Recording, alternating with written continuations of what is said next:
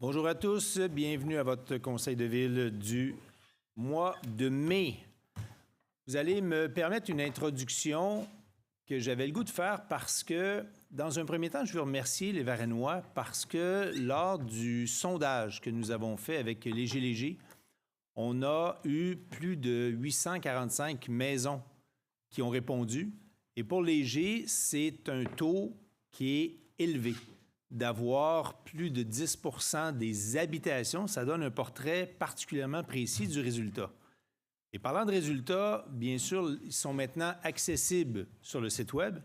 Vous aurez beaucoup plus de détails dans le prochain Espace Varennes, mais il est clair que quand on pose la question sur le taux de satisfaction des services varennois, puis on les a même décortiqués dans nos questions, le taux d'appréciation est très élevé.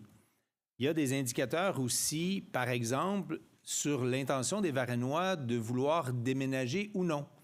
Et quand on a un taux très élevé, de mémoire, c'est 92 % des Varennois qui ne veulent pas déménager.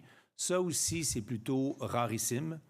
Mais ce qui a été aussi intéressant, c'est quand on pose des questions sur l'avenir de Varennes, sur les priorités des citoyens, vous aurez le détail des réponses. Mais sincèrement, je peux conclure en vous disant que Léger fait très souvent des sondages auprès du milieu municipal, auprès de plein de villes partout au Québec. Ils ont donc des questions identiques posées partout. On l'appelle l'indicateur municipal. Puis vous allez le voir dans les réponses, il y a des questions où on sait qu'on est capable de se comparer aux autres villes. Et il y a un indicateur qui se retrouve à être la moyenne des autres villes et partout. Dans l'ensemble des questions que nous avons posées à la population, on score beaucoup plus haut que l'indicateur moyen de la population. Donc, il est clair que nous sommes très fiers et encore une fois, merci aux nombreux Varennois, Varennoises qui ont répondu. Nous sommes à la première période de questions. Il n'y a pas de points qui s'ajoutent à l'ordre du jour. On en a pour 15 minutes jusqu'à 20h17. La parole est à vous.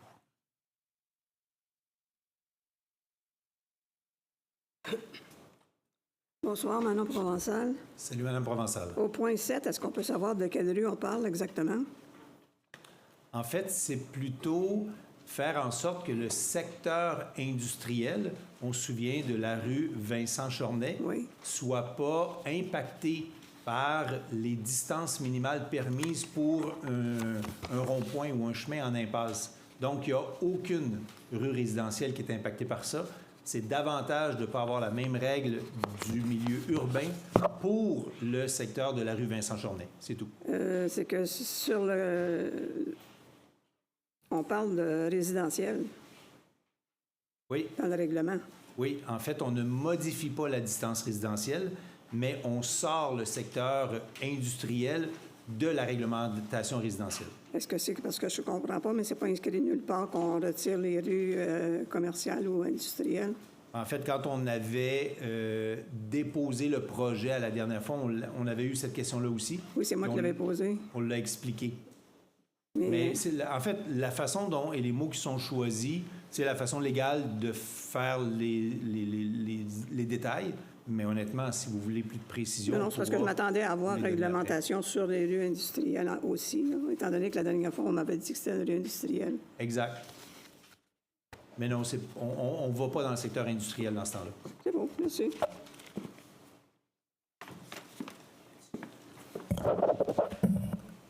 Bonsoir, Richard Boeuf. Le point 16, la résiliation de la conduite d'aqueduc, c'est... Ça veut dire quoi? En fait, on résilie le contrat parce qu'initialement, le contrat pour la réparation sur Lionel Boulet, il faut savoir que c'est une conduite intermunicipale. Ce n'est pas une conduite qui appartient à la Ville de Varennes, c'est une conduite qui appartient à la Régie des eaux, qui dessert 70 % du volume d'eau Sainte-Julie, 21 % Saint-Amable et 9 % l'utilisation de la Ville de Varennes.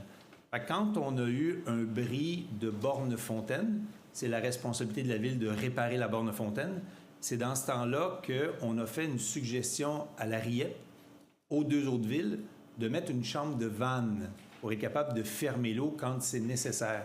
Mais les deux autres municipalités n'ont pas accepté de défrayer leur part de la chambre de vanne. Donc, ça fait en sorte que ce contrat-là ne fonctionne plus. Donc, on le résilie. Mais on va réparer pareil, mais de façon différente que d'intégrer une chambre de vanne, tout simplement. Ça, y a-tu des frais? Résilier un contrat, des fois, il y a des pénalités ou des... En fait, c'est un contrat d'un peu plus de 500 000 en incluant la chambre de vanne. Si on a payé des frais parce qu'on a compris que ce n'était pas automatique, on parle de 3 500 $ de frais s'il y a des frais. C'est bien, merci. Merci. Donc, Mme Rioux, dépôt de documents, s'il vous plaît. Oui, donc je prends acte du dépôt du rapport de mouvement de personnel, embauche du personnel numéro MP 2025-05, préparé par le Service des ressources humaines en date du 29 avril 2025. Et je dépose le rapport 2024 concernant l'application du règlement 976 sur la gestion contractuelle, tel que requis par la loi sur les cités et villes. Merci. Procès-verbaux et comptes du mois. Point 1. Approbation du procès-verbal de la séance du 7 avril. Madame Rioux. Il est proposé d'approuver le procès-verbal de la séance ordinaire tenue le 7 avril 2025, tel que présenté par la directrice adjointe des services juridiques et greffières. Je l'appuie. Proposé par M. Fortier. Appuyé. J'appuie. M. Duval. Point 7. Approbation du procès-verbal de la séance extraordinaire du 28 avril. Donc, il est proposé d'approuver le procès-verbal de la séance extraordinaire tenue le 28 avril 2025, tel que présenté par la directrice adjointe des services juridiques et greffières. Je propose. M. Marcel, appuyé. Je l'appuie. M. Savaria. Point 3 pour approbation des comptes d'avril 2025. Mme Rioux. Il est proposé d'approuver la liste des comptes à payer, soit 10 863 234,1 au fonds d'administration, 313 435,97 au fonds de dépenses en immobilisation, pour un total de 11 176 669,98, préparé et déposé par la directrice du service des finances et trésorières pour le mois d'avril 2025. Je propose. Mme Collin, appuyé. Je l'appuie. M. Fortier. Point 4, demande d'autorisation de transfert budgétaire pour 2025. Considérant que certains ajustements budgétaires s'avèrent nécessaires en cours d'année, il est proposé d'accepter des transferts budgétaires pour l'année 2025 de 15 310 $ au fonds d'administration et de 293 965 $ en projet d'investissement, conformément aux documents déposés par la directrice du service des finances et trésorières en date du 31 mars 2025 et joints à la présente. Proposeur. Je propose. M. Duval, appuyé. Je l'appuie. Mme Labrec. Point 5 pour un avis de motion, présentation et dépôt d'un projet de règlement, le règlement 985-6. Mme Collin. Je donne avis de motion qu'à une séance subséquente de ce Conseil tenue à un jour ultérieur, il sera présenté en vue de son adoption le règlement 985-6 modifiant le règlement 985 relatif à la signalisation afin d'ajouter une interdiction de stationnement face au 1865 rue du Souvenir. Donc, Mme Collin donne avis de motion. Point 6 pour adoption, le règlement 650-3. M. Fortier. Considérant qu'un avis de motion a été donné et que le projet de règlement a été déposé lors de la séance ordinaire du 7 avril 2025, considérant que tous les membres du Conseil déclarent avoir reçu une copie du règlement dans les délais requis, en conséquence, je propose d'adopter le règlement 650-3, modifiant le règlement 650 concernant la loi sur les droits et sur les mutations immobilières, afin d'établir une méthode de paiement en 4 versements. Proposé par M. Fortier, appuyé. Je l'appuie. M. Duval. Point 7 pour adoption le règlement 708-4. M. Savaria. Oui, considérant qu'un avis de motion a été donné et que le projet de règlement a été déposé lors de la séance ordinaire du 10 mars 2025, considérant que tous les membres du Conseil déclarent avoir reçu une copie du règlement dans les délais requis, en conséquence, je propose d'adopter le règlement 708-4, modifiant le règlement de lotissement numéro 708 afin de préciser les dispositions relatives à la longueur d'une rue en impasse. Je l'appuie.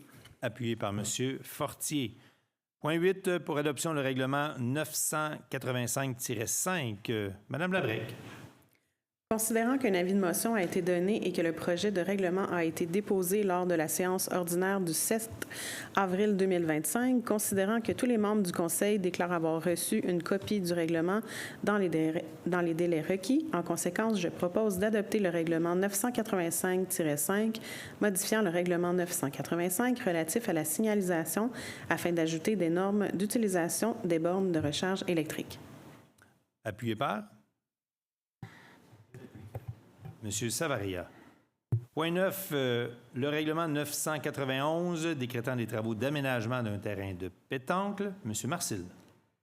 Considérant l'article 564 et l'article 566 de la loi sur les cités et villes, en conséquence, je propose de modifier le règlement numéro 991 décrétant des travaux d'aménagement d'un terrain de pétanque couvert au parc Prévert et décrétant à cette fin des dépenses et un emprunt n'excédant pas 900 000 pour en acquitter le coût comme suit. Le titre de ce règlement est remplacé par le suivant. Règlement 991, décrétant des travaux d'aménagement d'un terrain de pétanque couvert au parc du Prévert et décrétant à cette fin des dépenses de 1 215 000 et un emprunt n'excédant pas 900 000 pour en acquitter le coût. L'article 4 est remplacé par le suivant. Aux fins d'acquitter les dépenses prévues par le présent règlement, incluant les honoraires professionnels, les frais incidents, les imprévus et les taxes, le Conseil est autorisé à emprunter une somme de 900 000 sur une période de 20 ans. Le Conseil est également autorisé à affecter à la dépense 315 000 provenant du fonds de parc et terrain de jeu. J'appuie.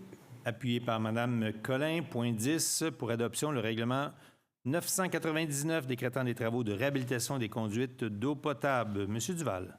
Considérant qu'un avis de motion a été donné et que le projet de règlement a été déposé lors de la séance extraordinaire du 28 avril 2025, considérant que tous les membres du Conseil déclarent avoir reçu une copie du règlement dans les délais requis, en conséquence, je propose d'adopter le règlement 999 décrétant des travaux de réhabilitation des conduites d'eau potable et réfection du pavage des rues Brien, d'Alpé et Périzeau, décrétant à cette fin des dépenses et un emprunt n'excédant pas 2 985 000 pour en acquitter le coût. Appuyé par Je l'appuie. Monsieur Savaria. Point 11, plan d'ensemble enseigne pour le 2085 route Marie-Victorin. Monsieur Savaria. Considérant la demande reçue visant à permettre l'affichage d'enseignes commerciales du bâtiment principal situé au 2085 route Marie-Victorin, considérant la résolution CCU 2025-032 du Comité consultatif d'urbanisme datée le 9 avril 2025, recommandant au Conseil de refuser la demande. En conséquence, je propose de refuser le plan d'ensemble visant à permettre l'affichage d'enseignes commerciales au 2085 route Marie-Victorin dans la zone C602. Le tout, selon les plans déposés par le requérant et datés du 2 novembre 2023.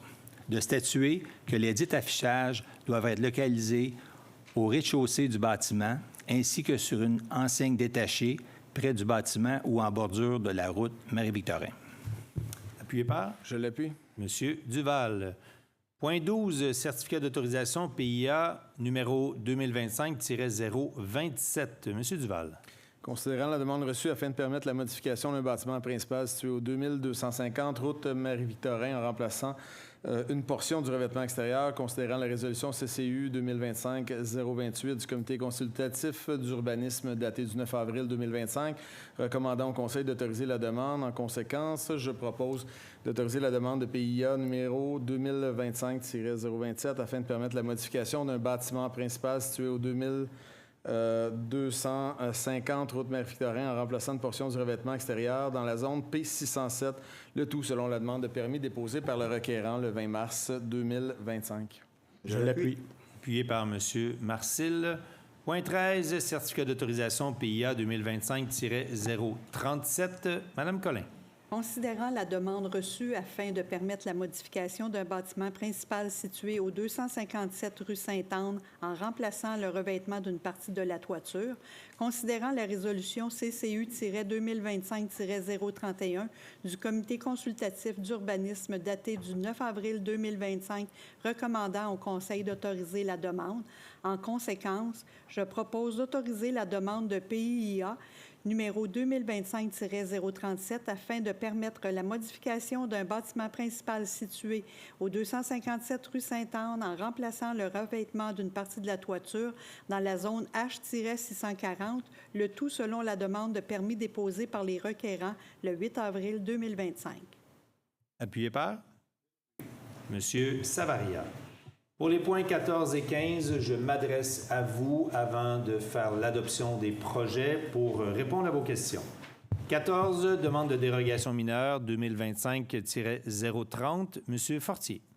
Considérant la demande de dérogation mineure reçue afin de permettre la réduction d'une largeur de terrain en angle à 16,94 mètres, alors que la grille des usages applicables prévoit une largeur minimale de 20 mètres située au 732 montée de Picardie, considérant la résolution CCU-2025-029 du Comité consultatif d'urbanisme datée du 9 avril 2025 recommandant au Conseil d'accepter la demande, considérant qu'un avis a été publié sur le site Internet de la Ville en date du 16 avril 2025 invitant toute personne intéressée à se faire entendre au cours de la présente séance relativement à la dite demande. En conséquence, je propose d'accepter la demande de dérogation mineure numéro 2025-030 afin de permettre la réduction d'une largeur de terrain en angle à 16,94 mètres, alors que la grille des usages applicables prévoit une largeur minimale de 20 mètres au 732 montée de Picardie dans la zone H-422, le tout selon le plan déposé par le requérant en date du 31 mars 2025, version 2, conditionnellement à ce que l'entrée charretière du lot 6 672 039 soit située près de la ligne latérale droite du terrain. J'appuie. Juste avant, Mme Collin, je m'adresse à vous pour savoir si vous avez des questions. Oui, Mme Dulude.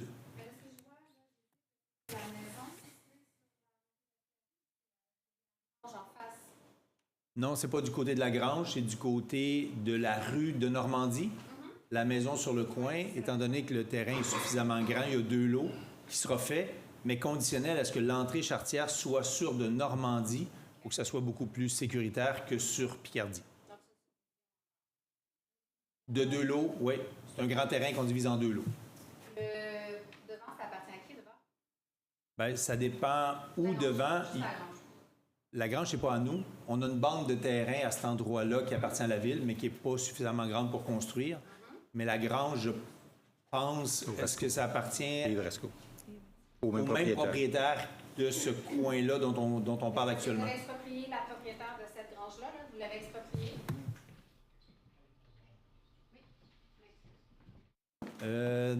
J'ai pas le souvenir. Oui, Lynn avait été expropriée. Donc, Lynn, son terrain est échangé par les 3 maisons qui ont été bâties sur le rang de la Picardie. Ensuite, OK, l'acheteur a fait... celui qui a acquis la maison de Lynn, le nom de famille m'échappe, là. Comment? Merci, Lynn Gagnon. Donc, voilà, vous l'avez obligé, vous avez exproprié une partie de son terrain. C'est cette Grange-là dont je parle. Oui, bon, en fait... Pour construire le peloton là, de Normandie et compagnie. Mais là, finalement, c'était plus trop nécessaire. Là, il y avait des normes X, Y, Z, mais là, ça appartient à qui maintenant, ça? En fait, la première des choses, c'est qu'on est sur un point à l'ordre du jour qui n'est pas du tout sur ce lot-là. Non, mais je veux qu'on règle l'autre côté. Vous pouvez garder votre question, je vais y répondre, mais je n'ai pas le souvenir, sincèrement, qu'on ait exproprié. Mais on pourra aller... Ça fait déjà quand même de nombreuses années, mais... Reste, est-ce que vous avez d'autres questions sur le lot ou sur ce lot-là, non. Merci. Parfait. Merci. Est-ce qu'il y a d'autres questions? Merci. Donc, appuyé par Mme Collin. Point 15, demande de dérogation mineure 2025-036. Mme Labrec. Considérant la demande de dérogation mineure reçue afin de permettre la réduction d'une marge avant de 4,5 mètres, alors que la grille des usages et normes applicable à la zone H419 prévoit une marge avant minimale de 6 mètres et une marge avant secondaire de 1 mètre, alors que la grille des usages et normes applicables à cette même zone prévoit une marge secondaire minimale à 4,5 mètres située au 2200 rue du Parc. Considérant la résolution CCU 2025-030 du Comité consultatif d'urbanisme datée du 9 avril 2025, recommandant au Conseil d'accepter la demande, considérant qu'un avis a été publié sur le site Internet de la Ville en date du 16 avril 2025, invitant toute personne intéressée à se faire entendre au cours de la présente séance relativement à la dite demande. En conséquence, je propose d'accepter la demande de dérogation mineure 2025-036 afin de permettre la réduction d'une marge avant de 4,5 mètres alors que la grille des usages et normes applicables à la zone H419 prévoit une marge avant minimale de 6 mètres et une marge avant secondaire de 1 mètre alors que la grille des usages et normes applicables à cette même zone prévoit une marge secondaire minimale à 4,5 mètres située au 2200 rue du Parc, le tout selon les plans déposés par le requérant et daté du 3 avril 2025, version 2. Ouf. Est-ce qu'il y a des questions? Appuyé par? Je l'appuie. Monsieur Duval. Point 16, résiliation conduite d'aqueduc du boulevard Lionel Boulet avec Eurovia Québec. Monsieur Marcil. Considérant la résolution 2025-029 adoptée par le Conseil municipal le 20 janvier 2025, octroyant le contrat de conduite d'aqueduc du boulevard Lionel Boulet à la compagnie Eurovia Québec Grand Projet Inc., considérant que les travaux de la chambre de vannes sur le boulevard Lionel Boulet initialement prévus ne seront pas réalisés, considérant que la nature des travaux a considérablement changé depuis l'appel d'offres effectué en août 2024, considérant que ces travaux ne pourront être réalisés qu'à l'automne 2025, soit plus d'1 an après le processus d'appel d'offres initial, considérant les dispositions des articles 21-25 à 21-29 du Code civil du Québec, considérant les articles 24.2.1 et 24.2.2 du devis d'appel d'offres permettant à la Ville de résilier le contrat sans cause. En conséquence, je propose d'autoriser la résiliation du contrat de conduite d'aqueduc du boulevard Lionel Boulet octroyé à Eurovia Québec Grand Projet Inc. le 20 juin 2025 par la résolution 2025-029. Je l'appuie. Appuyé par M. Fortier. Point 17, projet 2025 affecté au fonds de roulement. M. Savaria. Considérant la volonté du conseil municipal d'offrir à la population un atelier de menuiserie, considérant qu'un local est partiellement aménagé à l'espace des bâtisseurs et qu'il y a lieu de le mettre aux normes pour l'occasion, considérant la recommandation de la directrice des services récréatifs et communautaires en date du 9 avril 2025, en conséquence, je propose d'autoriser une enveloppe budgétaire maximale de 42 162,52 sous, taxes incluses, pour l'aménagement d'un local de menuiserie à l'espace des bâtisseurs, d'affecter cette dépense au fonds de roulement et de prévoir son remboursement sur une période de 10 ans à compter de 2026. Certificat de la trésorerie numéro 4015. Appuyé par? J'appuie. Madame Collin. Point 18, octroi de contrat conception et construction d'une plage urbaine au parc de la commune. Madame Collin. Considérant l'appel d'offres public SRC-SGN-2025-001 pour la conception et construction d'une plage urbaine au parc de la commune, publié sur SEAO le 21 janvier 2025, considérant la réception de la soumission de la compagnie Les Constructions H2D incorporée au montant de 897 954,74, incluant 10 % d'imprévus et les taxes, considérant que la soumission est conforme et a obtenu la note de passage après l'analyse du comité de sélection, considérant la recommandation du directeur du service du génie en date du 25 mars 2025. En conséquence, je propose d'octroyer un contrat de 897 954,74 incluant 10 d'imprévus et les taxes aux soumissionnaires conformes, soit les constructions H2D incorporées pour la conception et construction d'une plage urbaine au parc de la commune, conformément à sa soumission datée du 3 mars 2025, de financer cette dépense par le règlement 994 décrétant des travaux d'aménagement d'une plage urbaine au parc de la commune et décrétant à cette fin des dépenses et un emprunt n'excédant pas 1 050 000 $ pour en acquitter le coût. Certificat de la trésorerie numéro 4006. J'appuie. Appuyé par M. Marcil. Point 19. Octroi de contrat, réhabilitation des conduites d'eau potable, rue Brien-Dalpé et Parizeau. Considérant l'appel d'offres public SGN 2025-0702 pour la réhabilitation des conduites d'eau potable des rues Brien, Dalpé, Parizeau, publié sur SCAO le 18 mars 2025, considérant la réception de 2 soumissions au montant suivant, incluant 10 d'imprévus, les taxes, Sanexen, services environnementaux, à 989 653,64, Fort Action, 1 044 000 $, considérant que la plus basse soumission est conforme, considérant la recommandation du directeur du service du génie en date du 30 avril 2025. En conséquence, je propose d'octroyer un contrat de 989 653,64, incluant 10 d'imprévus, les taxes aux plus bas soumissionnaires conformes, soit Sanexen Services environnementaux Inc., pour la réhabilitation des conduites d'eau potable des rues Brien, Dalpé, Parizeau, conformément à sa soumission datée du 24 avril 2025. L'octroi du contrat est conditionnel à l'approbation par le ministère des Affaires municipales et de l'Habitation du règlement 999 décrétant des travaux de réhabilitation pour les conduites d'eau potable et réfection du pavage des rues Brien, Dalpé et Parizeau et décrétant à cette fin des dépenses et un emprunt n'excédant pas 2 985 000 pour en acquitter le coût. Appuyé par? Je l'appuie. Madame Labrec. Point 20, modification contractuelle Nord-Mec Construction. Monsieur Marcil. Considérant la résolution 2024-079 adoptée par le Conseil lors de la séance ordinaire tenue le 11 mars 2024, octroyant le contrat pour la mise à niveau du poste de pompage et du dégrilleur de la station d'épuration à la compagnie Nord-Mec Construction Inc. pour un montant de 2 049 351,19 $. Considérant les dispositions du règlement de gestion contractuelle, considérant que la modification constitue un accessoire au contrat principal et n'en change pas la nature, considérant le caractère imprévisible au moment de l'octroi du contrat des modifications qui sont présentement proposées, en conséquence, je propose d'autoriser la demande de modification contractuelle afin d'octroyer une somme additionnelle de 38 039,5 taxes incluses à Nord-Mec Construction Inc. pour la réalisation de plusieurs travaux supplémentaires et d'affecter cette dépense au règlement d'emprunt 940. Appuyé par? Je l'appuie. Monsieur Duval, point 21.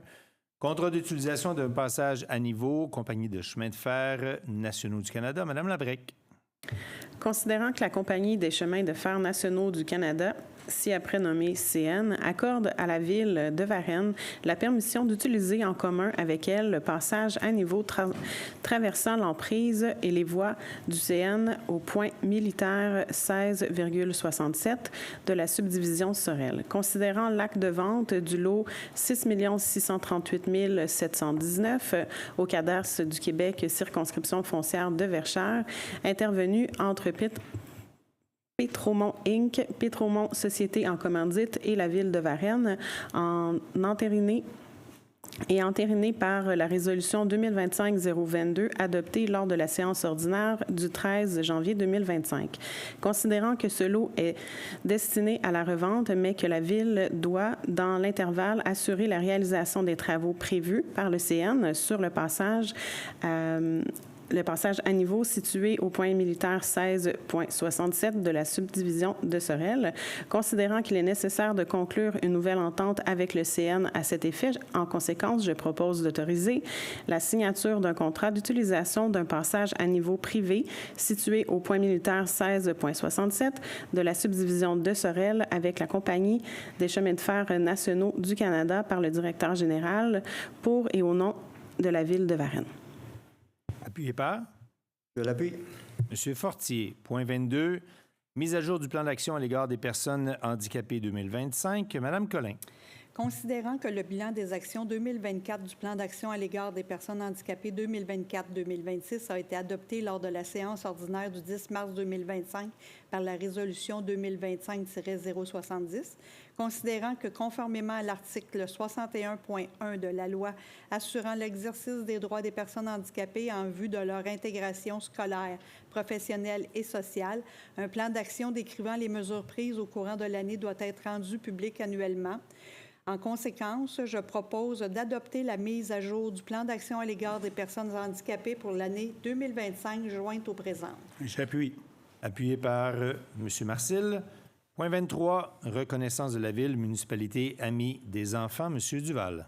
Considérant la mise à jour de la politique familiale et des aînés de la Ville de Varennes, considérant que le programme Municipalité Amie des enfants, c'est après nommé MAE, est un programme de reconnaissance qui souligne l'engagement des municipalités respectives à faire progresser les droits des enfants et à contribuer à leur bien-être sur leur développement global. En conséquence, je propose d'autoriser et d'approuver le dépôt d'un dossier de candidature reconnaissance à titre de municipalité amie des aînés à l'espace Muni, de désigner M. le conseiller Benoît Duval et Mme Natacha Pilon, directrice adjointe des services récréatifs et communautaires, comme les porteurs du dossier MAE, de désigner la directrice des services récréatifs et communautaires, Mme Manon Lanville, comme représentante pour la Ville de Varennes, afin de procéder à la signature de tout document nécessaire au dépôt d'un dossier de candidature pour la reconnaissance MAE, de confirmer formellement l'engagement de la Ville de Varennes de mettre en place, dans un délai de 3 ans, les 3 engagements figurant dans le dossier de candidature pour la reconnaissance MAE.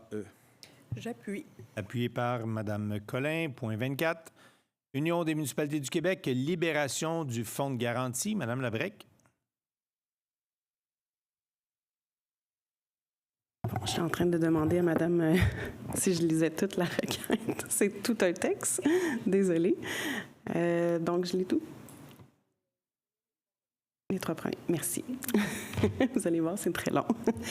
Donc, considérant que la Ville de Varennes est titulaire d'une police d'assurance émise par l'assureur Lloyd sous le numéro DL 009-900-15 et que celle-ci couvre la période du 1er décembre 2015 au 1er décembre 2016, considérant que la police est sujette à une franchise individuelle, de même qu'à un fonds de garantie en assurance responsabilité civile primaire, considérant qu'un fonds de garantie d'une valeur de 649 992 fut mis en place afin de garantir ce fonds de garantie en responsabilité civile primaire et que la Ville de Varennes y a investi une quote-part de 48 300 $ représentant 7,43 % de la valeur totale du fonds. En conséquence, je propose d'autoriser l'Union des municipalités du Québec à procéder au versement du reliquat du dit fonds de garantie aux membres du regroupement Varennes-Sainte-Julie dans les mêmes proportions que ceux-ci y ont contribué lors de la Constitution. Appuyé par? Je l'appuie. Monsieur Duval. Point 25, demande au ministère des Transports et de la Mobilité durable. Monsieur Fortier. Considérant les demandes citoyennes récurrentes à la Ville de Varennes visant à améliorer la circulation sur le boulevard Lionel-Houlet, plus particulièrement entre le chemin de l'Énergie et le viaduc, considérant les résolutions 2022-259, 2023-429 et 2024-031 par lesquelles la Ville de Varennes a demandé au ministère des Transports et de la Mobilité durable, ci-après nommé MTMD, d'apporter les modifications à la configuration et à la limite de vitesse sur le boulevard Lionel-Houlet en raison de l'accroissement des entrées charretières et de la densification de la circulation. Considérant que plusieurs préoccupations ont été soulevées concernant la sécurité routière dans ce secteur, notamment en lien avec la complexité de circulation, la multiplication des accès, le développement immobilier et institutionnel récent, ainsi que le nombre grandissant de plaintes citoyennes, Considérant que l'implantation récente d'une garderie au 1625 boulevard Lionel-Boulet ainsi qu'une clinique médicale au 1471 boulevard Lionel-Boulet viennent accentuer les enjeux de sécurité et de fluidité de la circulation dans ce secteur à fort achalandage, considérant la nécessité de procéder à une analyse globale du secteur incluant l'intersection avec la route 229 dans une perspective de sécurité, de fluidité et de planification durable. En conséquence, je propose de demander au ministère des Transports et de la Mobilité durable de procéder à une évaluation approfondie de la configuration du boulevard Lionel-Boulet entre le chemin de l'Énergie et le viaduc, incluant la signalisation, la limite permise, la conception géométrique et l'accès aux différentes entrées charretières. De demander au ministère des Transports de procéder à l'analyse de l'intersection avec la route 229 en tenant compte du développement résidentiel et institutionnel récent ainsi que des volumes de circulation actuels et projetés. De demander au ministère des Transports d'identifier des mesures d'atténuation concrètes incluant une éventuelle réduction de la vitesse, l'ajout d'aménagements sécuritaires et une révision de la configuration des accès. De demander au ministère des Transports de collaborer étroitement avec la Ville de Varennes afin de tenir compte des réalités locales, des préoccupations citoyennes et des enjeux de sécurité exprimés. De transmettre la présente résolution à la Direction générale du ministère des Transports, à la MRC de Marguerite-Diouville ainsi qu'aux députés de Pierre-Boucher, les Patriotes Verchères, M. Xavier Barcelou-Duval et à la députée de Verchères et ministre responsable de la région de la Montérégie, Mme Suzanne Roy. Appui. Appuyé par Mme Collin. Point 26, nomination directeur des services juridiques et greffier adjoint, services juridiques et greffe, M. Savaria. Considérant la recommandation de la directrice du service des ressources humaines en date du 28 avril 2025, en conséquence, je propose de confirmer l'embauche de Maître Nicolas Coltoutis au poste de directeur des services juridiques et greffier adjoint, poste cadre permanent à temps complet, et à compter du 12 mai 2025 et selon les conditions de travail convenues.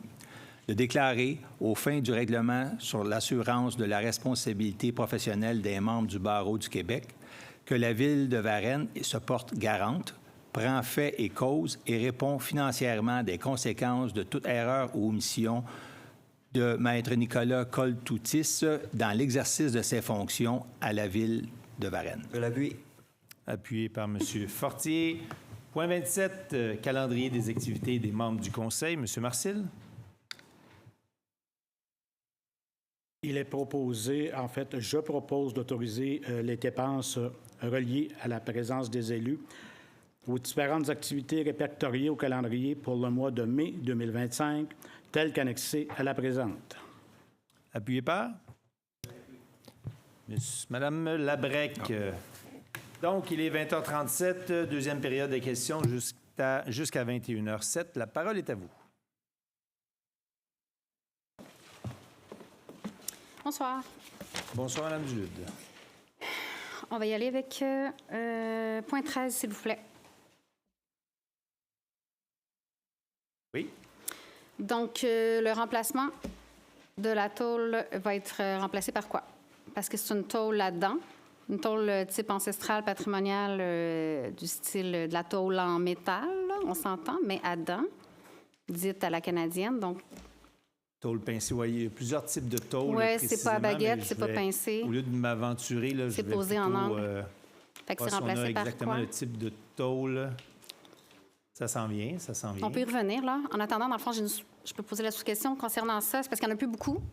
Et à chaque fois qu'il y a des PIA, des demandes de modification d'un bâtiment, dans les PIA qui sont protégés par le répertoire patrimonial de Varennes, les toitures disparaissent, les fenêtres acrymones disparaissent. Puis là, on s'entend que les ouvertures de portes, les fenêtres, les toitures, c'est ce qui fait beaucoup de l'architecture patrimoniale, le caractère patrimonial et tout. Puis je me rends compte que, est-ce que j'aimerais savoir si dans le comité d'évaluation, il y a du roulement de personnel. Aussi, depuis les 10 dernières années, mettons, au niveau du conseil municipal, est-ce que c'est toujours les mêmes personnes? Puis au niveau de la ville aussi, là, des employés de la ville, c'est toujours les mêmes personnes qui sont sur chaque comité? Parce que le comité de démolition, ça fait des années qu'il y a les mêmes.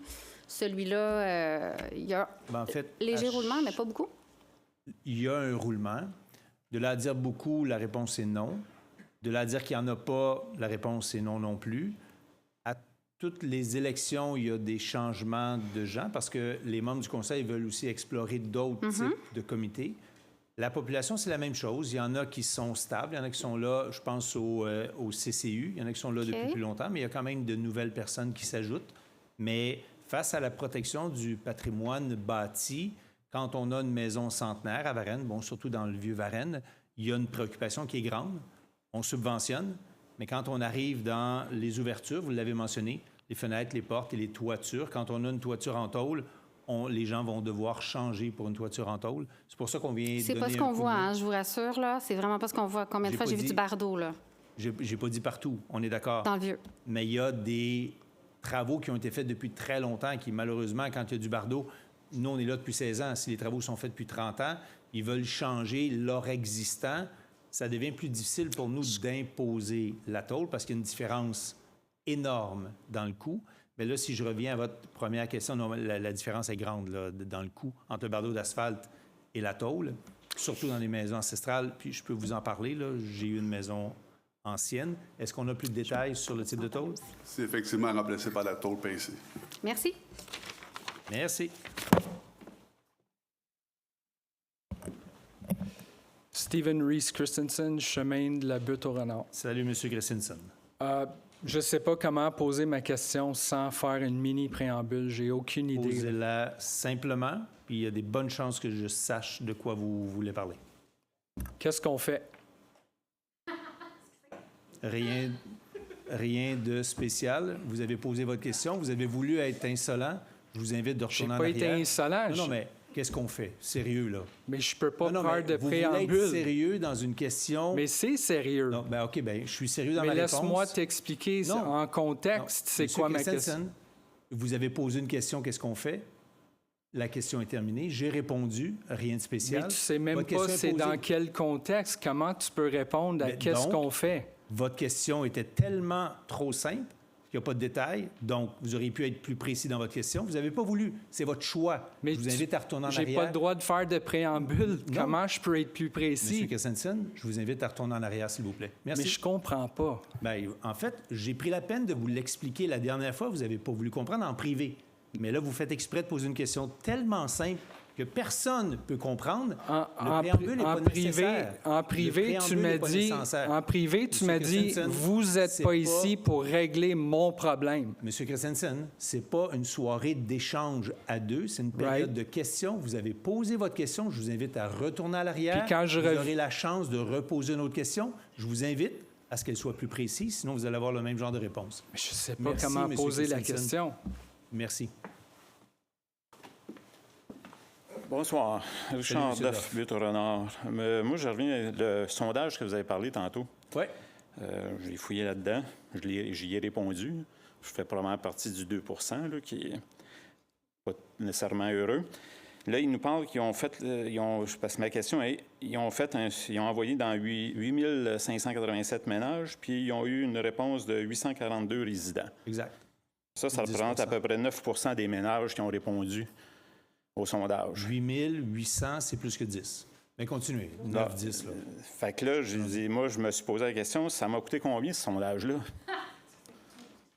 Ben, de mémoire, c'est alentour de 20, 23, 24.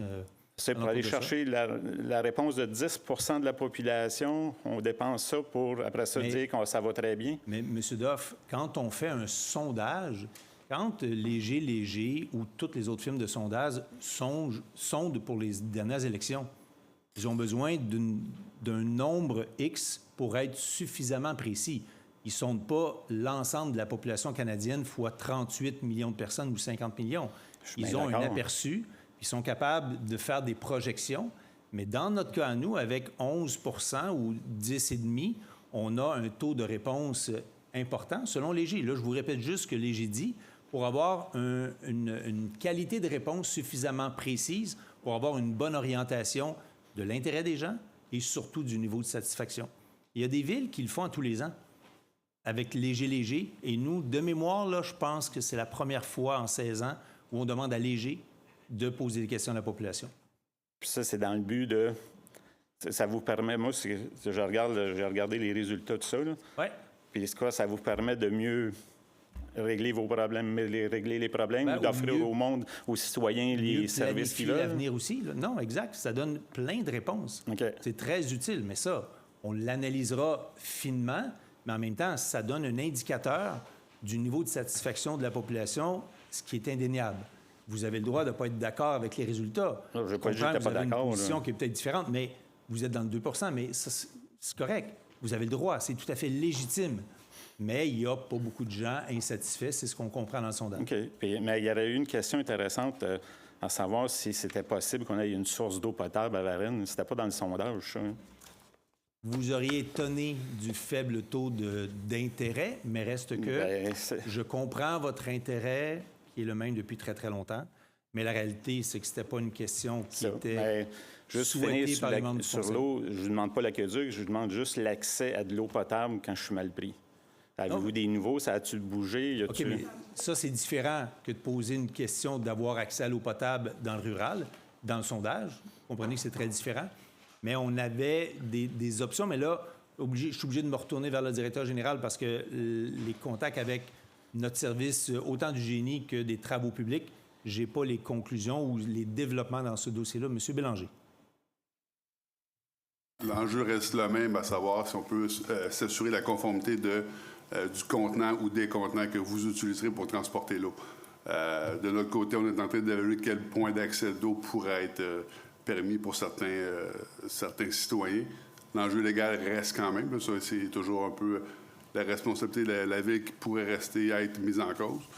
Mais sur le fond, c'est vraiment de s'assurer la conformité des contenants que vous utiliseriez si jamais il y avait un enjeu de contamination qui ne serait pas du côté de la Ville, mais du moyen de transport d'eau de chacun des citoyens. Mais vous ne contrôlez pas non plus où on met l'eau. Là, vous voulez contrôler la qualité du contenant qu'on va le transporter. Mais si chez nous, mon puits est contaminé, vous ne le savez pas, moi, je me réveille demain matin puis j'ai une contamination. C'est quoi la différence? La Ville n'est pas propriétaire de votre puits. Elle n'est pas propriétaire du contenant non plus.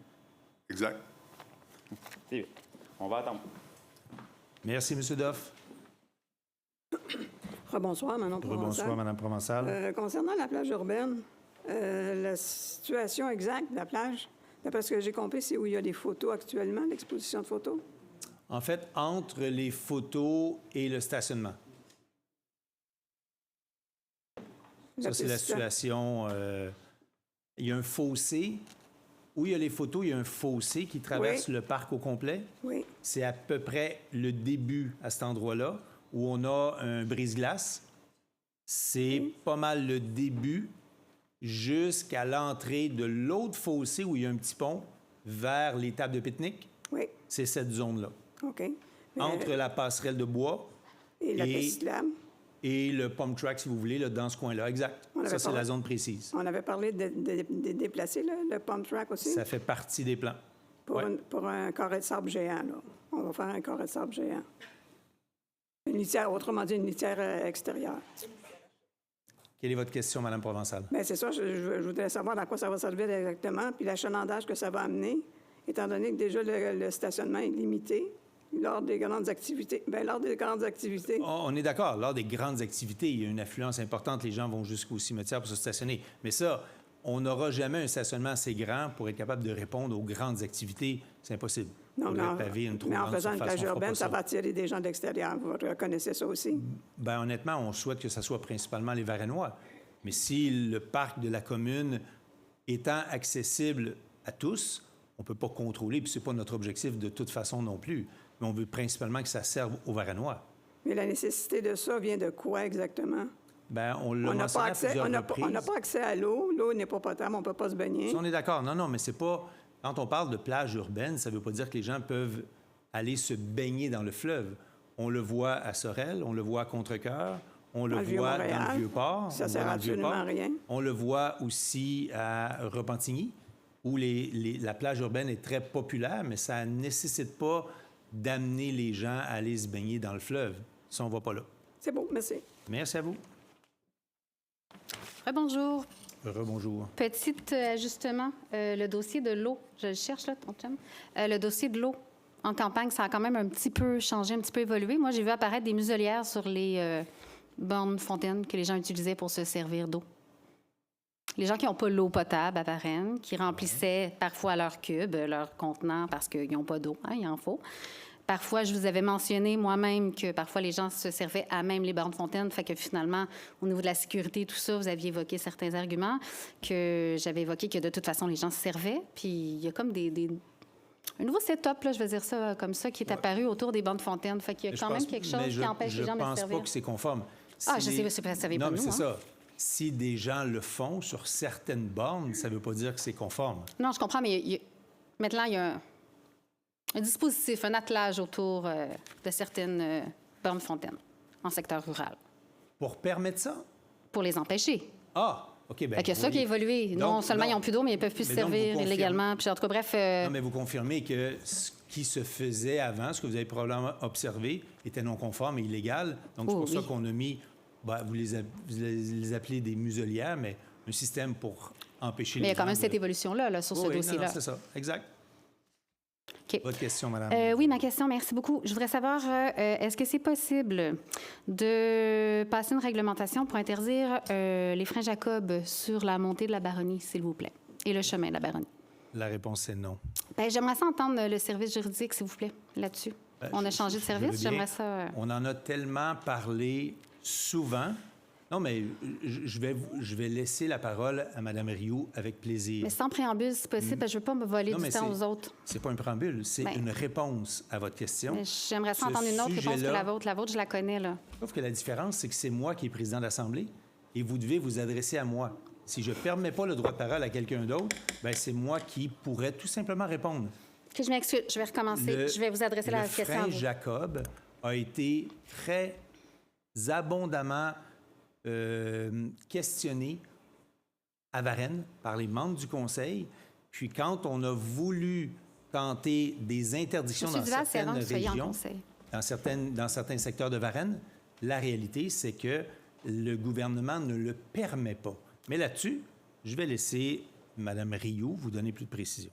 Bien, c'est exactement les mêmes propos que M. Danfos dit. C'est que le ministère ne nous autorise pas à interdire l'utilisation du frein Jacob parce que c'est une mesure sécuritaire sur le véhicule. Je comprends. En zone où on en a besoin, je n'ai pas besoin d'expliquer le principe des freins Jacob. Là. Je pense qu'on sait que sur un chemin plat en plein milieu de Varennes, on n'en a pas besoin. Mais en tant que président de l'Union des municipalités du Québec, est-ce que vous pourriez me garantir que toutes les villes de l'Union des municipalités n'interdisent pas les freins Jacob? Parce que je pourrais vous nommer beaucoup de villes qui le font. Non, mais ça, c'est différent. Est-ce qu'il y en a qui mettent des enseignes illégales pour inviter les conducteurs, les chauffeurs de camions à ne pas utiliser le frein Jacob? La réponse est oui, ça, on le sait. Mais est-ce que c'est légal de faire ça? La réponse est non. Donc, non, on ne mettra pas d'enseigne illégale parce que ce n'est pas permis d'interdire l'utilisation de frein Jacob, puisque c'est un frein de sécurité, de nécessité. Non, mais si je vous dis... Là, vous ne ferez pas sans... Je veux dire, c'est le dossier de l'heure, là. Arcan en parle, tout le monde en parle. Les fameux camionneurs de l'Ontario qui nous pourrissent la vie, qui n'ont pas de permis. Moi, je vis avec eux autres à tous les jours, là. Je comprends. Fait que moi, les Jacob, à 4 h du matin, à 2 h du matin, à 5 h du matin, tu as l'impression qu'une mitraillette qui sonne chez vous. C'est ordinaire. Mais pourriez-vous au moins mettre des panneaux à un endroit stratégique, logique, puis pas à 10 mètres avant le stop, parce qu'il est comme un peu trop tard, là? Mais pas d'interdiction de frein Jacob, là. Bien, réduire le bruit au minimum à la bonne place, ça serait pas pire. C'est bien entendu, Mme Dulude. C'est un peu la suite de Mme Dulude, ma question. On s'est réunis ensemble, les gens de la Butte. Avec votre question, M. Christensen. On s'est réunis ensemble, les gens de la Butte, puis on parlait de la situation grave qui... La saison recommence, là, maintenant, full pin. On la connaît, cette situation-là. C'est ce que je vous dis. On la connaît, cette situation-là. Fait que ma question, c'est le même que le premier. Vu que je l'explique un peu plus, c'est plus clair. Ensemble, on se demande, là, pour la saison qui s'en vient, on est déjà aujourd'hui 465 camions sur notre rue, là. On se demande qu'est-ce qu'on fait pour se protéger contre les camions qui n'ont pas de muffler adéquat à 110 décibels du passage, comme aujourd'hui, là. Qu'est-ce qu'on fait? Zéro police, comme aujourd'hui, comme depuis le début de l'année. Qu'est-ce qu'on fait pour se défendre? Qu'est-ce qu'on fait? Il n'y a personne de notre côté qui nous aide. Personne. Fait que ma question, c'est comme quand j'étais ici, qu'est-ce qu'on fait? Tout le monde se le demande. On est désespéré, là. Qu'est-ce qu'on fait? Bien, la réalité, c'est que, et encore une fois, je l'ai répété à de maintes reprises, là, la carrière existe depuis très longtemps. Ils ont un droit d'opérer. La ville de Varennes n'a aucun pouvoir d'interdire le camionnage parce que c'est leur chemin d'accès à l'entreprise. Maintenant, excusez, Mme Dulude, s'il vous plaît, ce n'est pas votre période de questions à vous. Là. M. Christensen, par contre, s'il y a des systèmes, des mufflers qui sont illégaux, comprenez que ce n'est pas la ville qui va gérer ça, c'est la police ou les contrôleurs routiers qui ont le pouvoir d'intervenir. Fait que ça doit venir d'eux. Mais que le camion passe sur votre rue ou n'importe où ailleurs, ils peuvent intervenir. Pour le reste, la vitesse, on a réduit la vitesse. On a proposé aux propriétaires de la rue, est-ce que vous souhaitez qu'on la réduise encore? Et vous avez vu le résultat, 90 % des gens ne veulent pas une réduction additionnelle. Maintenant, est-ce qu'il y a des camions qui vont plus vite que la limite permise? On sait que oui. Mais la réalité, c'est que c'est ces chauffeurs-là qui sont le problème. Et si on met un policier sur place, vous le savez très bien comment ça fonctionne, instantanément, par miracle, ils se mettent à rouler à la bonne vitesse. Pourquoi? Ils se parlent entre eux par walkie-talkie et ça fait toujours ça. Donc, quand la police part, ils recommencent à rouler plus vite. Fait que c'est un problème qui est complexe, mais si vous pensez que les solutions sont simples à trouver, la réponse, c'est pas le cas. Quand vous nous avez proposé, bien, venez installer des butons contre le bruit sur nos terrains, c'est pas possible parce qu'on ne peut pas faire des interventions sur des terrains privés. Donc, il y a beaucoup d'options qui ont été évaluées, analysées, et la réponse, c'est que malheureusement, il n'y a pas d'autres solutions qu'on voit à court terme jusqu'au jour où la carrière n'opère plus. Mais encore là, vous le savez, le jour où la carrière aura fini de sortir l'agrégat qui est là, ils ont aussi le mandat de la remplir parce que leur permis qu'ils ont jusqu'en, de mémoire 2060, pour remplir ce qu'ils ont sorti, c'est ce que constitue le permis du ministère de l'Environnement. Mais ma question était qu'est-ce qu'on fait?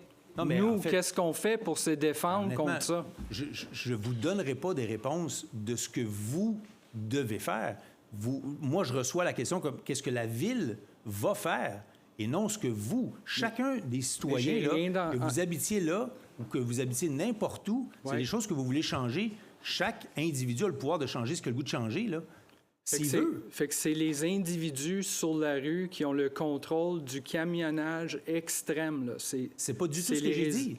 Mais je comprends pas. J'ai posé une question. Qu'est-ce qu'on fait pour se défendre? Ça, c'est moi personnel. Je parle de tout le monde. Non, mais vous faites le porte-parole tout le monde est affecté. Tous les gens de la rue, parce que vous venez de me dire dans votre intro, vous vous réunissez. Oui. Et là, vous êtes, devant moi à me poser une question. Oui. Vous aviez le choix d'acheter sur cette rue-là ou de ne pas acheter.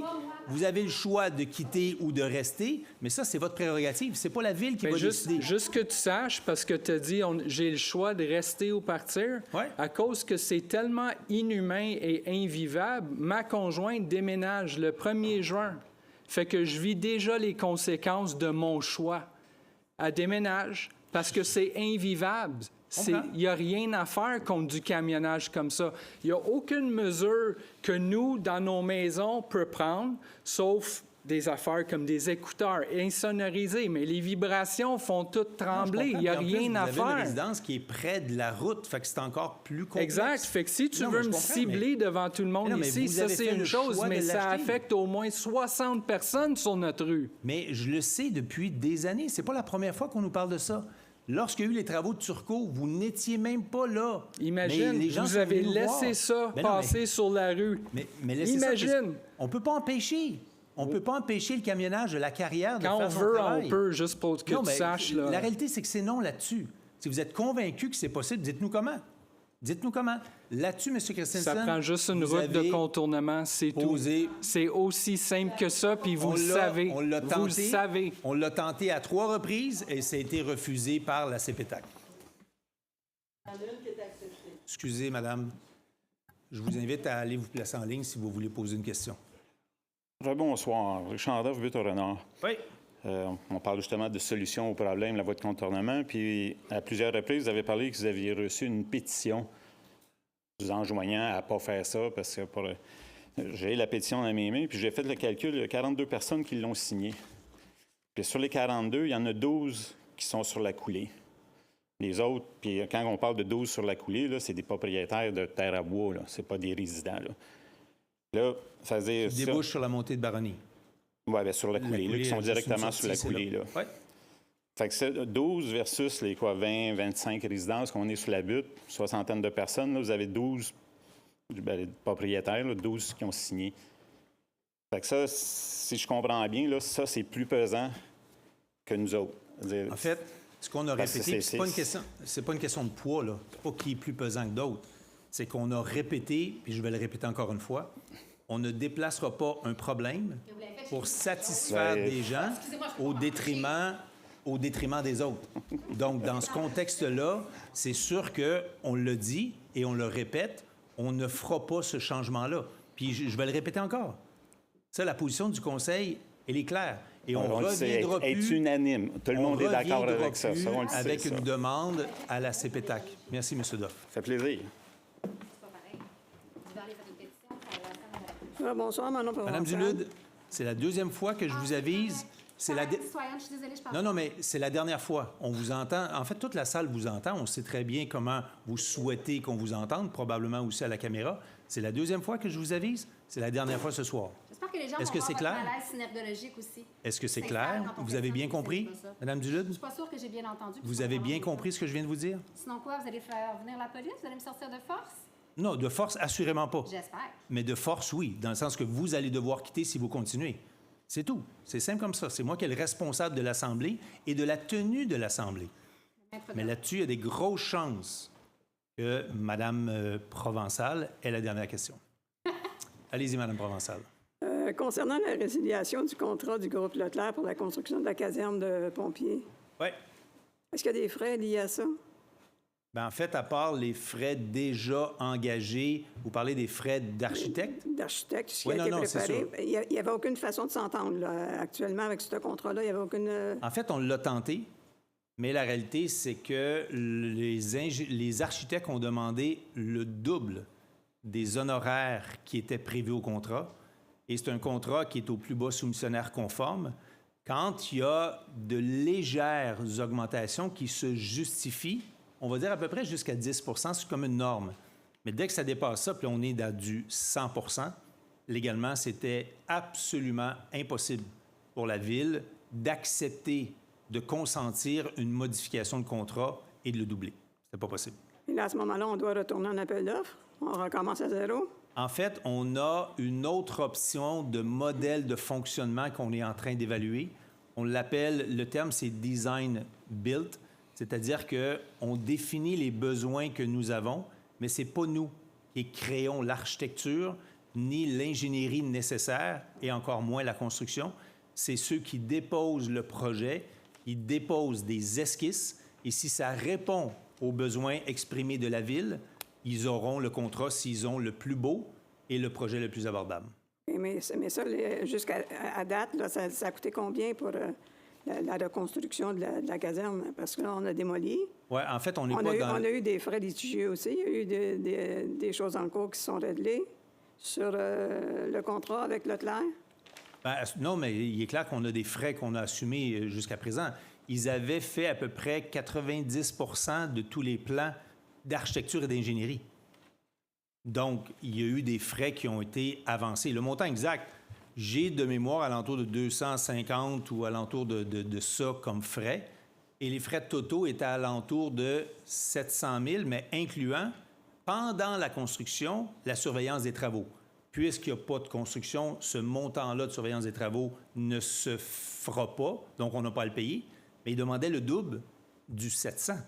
Mais étant donné que les coûts augmentent presque tous les jours, là, maintenant, c'est on est conscient de ça. Ça peut nous coûter très cher. On avait parlé de combien à l'origine? En fait, ça dépend de quelle origine on parle, mais les premiers chiffres qui ont été publics, c'est alentour de 12-13 millions. Millions, oui. Et les derniers chiffres du projet actuel dépassaient les 20 millions. Fait que pour le conseil, c'est trop. Donc, il faut trouver une autre formule. On a quand même, et là, j'y vais de mémoire, je pense que c'est 5,8 millions de subventions. Ça, on a eu la confirmation que la subvention est maintenue, peu importe le modèle qu'on choisira.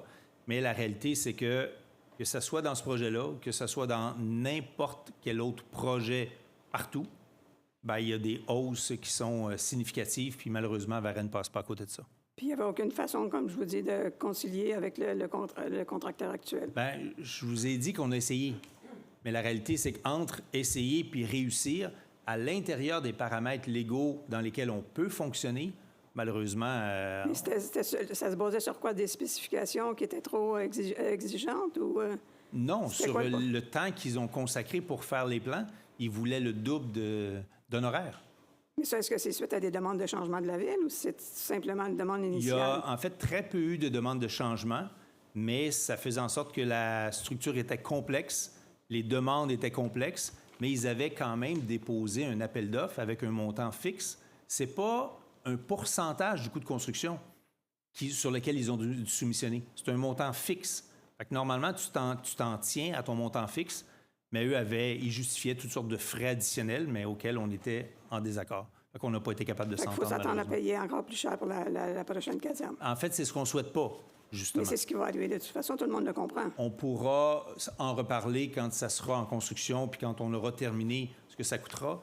Mais ce qu'on savait, c'est que le dernier projet était trop onéreux pour nous. Merci. Madame Dulude? Merci. Dernière question. Parfait. Je voulais un suivi sur l'interdiction de stationnement sur le chemin de la Baronnie et le ménage, là, tout ça, de la rue. Qu'est-ce qu'il en était? En fait, aux dernières nouvelles, il y a un projet qui a été proposé par l'entreprise Costco qui serait très intéressant pour être capable de placer le camionnage ailleurs que sur la rue dans l'attente de pouvoir passer parce qu'ils ont des horaires très précis.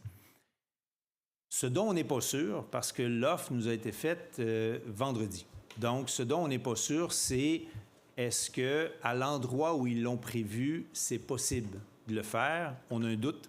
On est dans cette vérification-là. Ça, c'est pour le stationnement. Pour les déchets, ils ont accepté de mettre un conteneur, mais là, un conteneur double qu'on voit souvent dans des blocs appartements. En fait, en arrière de l'hôtel de ville, on en voit, avec une porte ouverte directement à la sortie sur le terrain de Costco, directement à la sortie, qui va faire en sorte que les chauffeurs vont tous passer collés au conteneur. Ils n'auront même pas besoin de sortir du camion pour jeter leur vidange. Et ça a été confirmé par Costco. Ils vont souhaiter l'installer dans les meilleurs délais. Je n'ai pas de date précise, mais ils ont donné le go devant nous parce que c'est temporaire, dans le sens que si ça fonctionne bien, ils vont les laisser là. Mais si ça ne fonctionne pas parce que personne ne l'utilise, puis on se retrouve encore avec plein de déchets sur le long du chemin, bien, on va probablement leur dire, écoutez, enlevez ça, là, ça ne sert à rien. Mais ils ont donné leur aval par rapport à ça, fait que ça, c'est une bonne nouvelle. Excellente nouvelle, merci beaucoup. Pour le stationnement, est-ce que c'est sur leur terrain à eux? Oui, ça serait sur leur terrain. Mais entre leur terrain et la permission de le faire sur leur terrain, c'est pas automatique. Fait que c'est pour ça qu'on va faire ces vérifications-là. Merci beaucoup. Merci. Donc, je débute le droit de parole par M. Fortier. Bonsoir. Je vais être bref afin d'un peu de détendre l'atmosphère. Je vous invite, le mois prochain, vous avez peut-être vu ça passer, c'est nouveau, au Polydôme, le Festibiaire. C'est la première édition. On espère que ça va fonctionner. Si vous n'êtes pas amateur de ça, on vous invite à en parler à peut-être vos enfants, vos amis. Je vais y être, donc si vous voulez venir prendre un petit verre avec moi, fait que ça va me faire plaisir de vous jaser. Fait que là-dessus, je vous souhaite une belle soirée. C'est le samedi 7 juin en passant. Merci, M. Fortier. M. Savaria.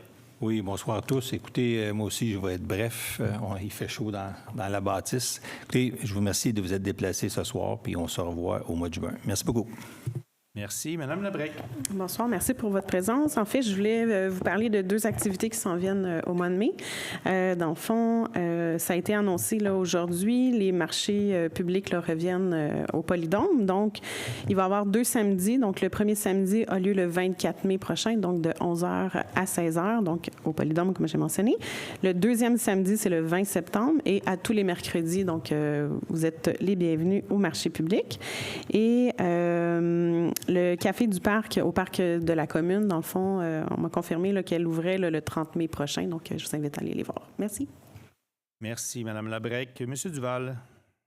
Je vous remercie pour votre présence. Je voulais simplement remercier le CPE Matin Soleil. On a fait un projet commun avec le collège puis les petits du CPE pour le Jour de la Terre où on a fait une tournée avec eux du Parc de la Commune. Puis on a fait notre travail de ramasser les déchets dans le parc. Donc, je voulais souligner leur implication dans tout ça. Sinon, bonne soirée à tous. Merci. Monsieur Marcil. Bonsoir. Ma collègue parlait d'activités. Il y en a une aussi cette semaine, mercredi de cette semaine, congé de devoir bouger. Ça revient à chaque année. Je pense qu'on en est rendu à presque, minimalement, je pense, la 10e édition. Ce mercredi, ça va être en compagnie de Mel Charlot, qui était membre du jury de danse avec les stars, pour ceux qui ont écouté l'émission, qui écoutaient l'émission de danse. Révolution. Ça ne s'appelait pas la danse avec les stars. Bon, merci beaucoup. Révolution. Donc, c'est Mel Charlot. Donc, c'est ce mercredi. Ça se fait en collaboration avec toutes les écoles de la ville de Varennes. C'est une petite compétition entre les écoles. Tantôt, la maire d'Anfos a parlé du sondage. Moi, je suis particulièrement fier des résultats pour la culture, qui est à 83 % appréciée par les Varennois et Varennoises. Bibliothèque, 8,9 sur 10. Jadis, je me rappelle, lors de ma première campagne électorale d'il y a 16 ans, nos adversaires, en tout cas quelques personnes de nos adversaires parlaient que les bibliothèques n'étaient plus adéquates, contemporaines. Je pense qu'avec ces résultats-là, on en fait la preuve là, que c'est toujours très d'actualité. Et en terminant, je veux remercier notre député fédéral de sa réélection. Donc, j'ai nommé M. Xavier Barcelot-Duval. Merci beaucoup. Bonne soirée. Merci, M. Marcil. Madame Collin. Eh bien, merci pour votre présence. Je vous souhaite une bonne fin de soirée et je voudrais souligner une bonne fête des mamans dimanche prochain. Bonne soirée à tous. Merci, Madame Collin. En fait, j'en profite à mon mot du maire à la fin complètement pour préciser, Mme Dulude a posé une question pendant la séance du Conseil sur un lot ou un terrain exproprié. Puis finalement, je n'étais pas sûr d'avoir toutes les réponses, mais M. Duval m'a écrit rapidement un historique, puis là, je me suis souvenu des détails. En fait, ce n'est pas la totalité de la maison qui a été et du terrain qui a été exproprié, c'est une partie le long de Picardie. Pour une raison très précise, c'était imposé par le ministère des Transports parce qu'il voulait que le rang Picardie soit cruciforme avec le nouveau développement de Normandie. Étant donné qu'il y a un décalage, quand on monte Picardie vers la 30, il y a un décalage entre les deux rues. Donc, ils ont demandé qu'on prenne une portion de terrain pour faire bifurquer le rang pour l'amener de façon cruciforme. Après expropriation, imaginez-vous donc, le MTQ change d'idée. C'est plus nécessaire de refaire la configuration, c'est ce qu'on allait faire. Donc, nous sommes restés propriétaires du lot le long de Picardie. Il y a des arbres, il n'y a rien d'autre à faire que ça. Et d'ici là, il y a eu des maisons qui se sont vendues, les autres terrains, et revendus et reconstruits des nouvelles maisons. Mais c'est un peu ça, rapidement, l'histoire. Fait qu'on n'a jamais exproprié la maison au complet, mais la superficie du terrain qui était nécessaire pour bifurquer la route qui, au final, s'est jamais fait parce que le MTQ a changé d'idée. Parce qu'il faut savoir que Picardie, c'est une responsabilité du ministère des Transports. Donc, ceci étant dit, salut à tous, bonne fin de soirée, merci.